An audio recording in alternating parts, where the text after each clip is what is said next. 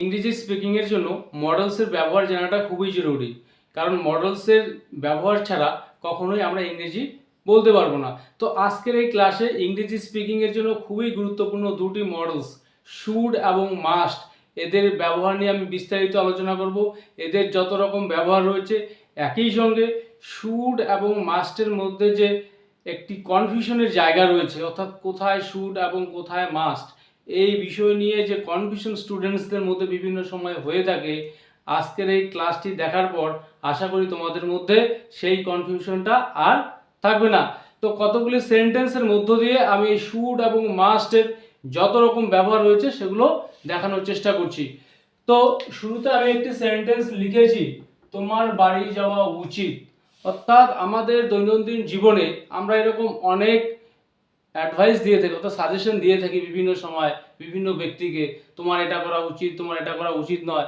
এই জাতীয় সাজেশনগুলো তারা গ্রহণ করতেও পারে, নাও করতে পারে। এই রকম একটি ক্ষেত্রে মডেলস শুড ব্যবহার করব।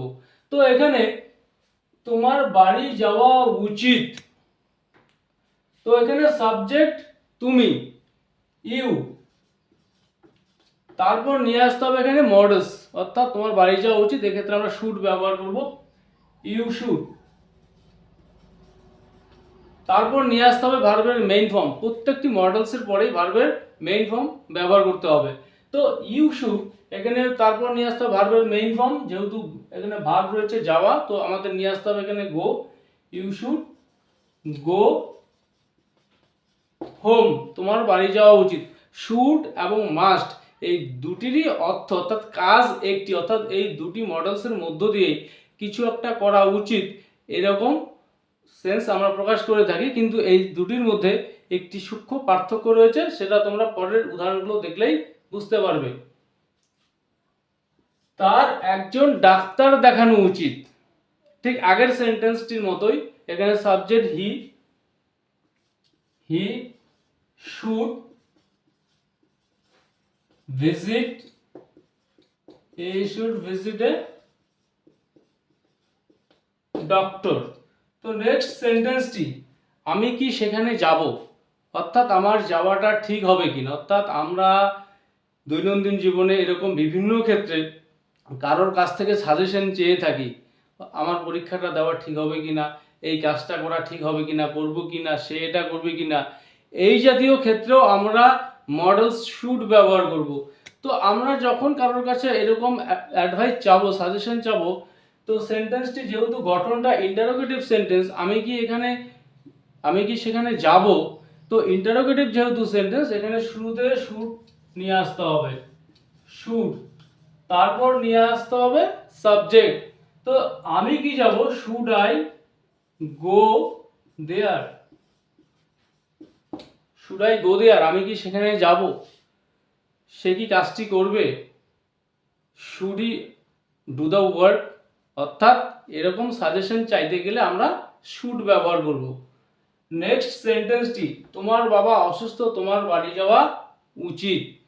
এই যে সেন্টেন্সটি, এবং আগে শুরুতে এক নম্বর যে সেন্টেন্সটি ছিল তোমার বাড়ি যাওয়া উচিত, আর এখানে বলা হচ্ছে তোমার বাবা অসুস্থ, তোমার বাড়ি যাওয়া উচিত।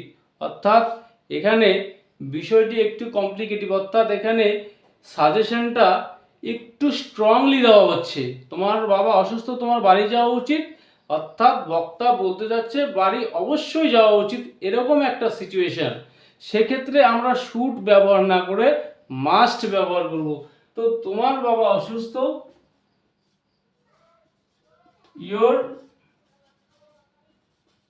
your father is ill, তোমার বাবা অসুস্থ, you must go home। তাহলে ফার্স্ট যে সেন্টেন্সটি আর এই সেন্টেন্সটির মধ্যে যে একটি সূক্ষ্ম পার্থক্য রয়েছে, এটা বোঝা গেল আশা করি। তোমার বাড়ি যাওয়া উচিত, অর্থাৎ এখানে সাজেস্ট করা হচ্ছে যেতেও পারো না যেতে পারো, এরকম একটা সিচুয়েশন।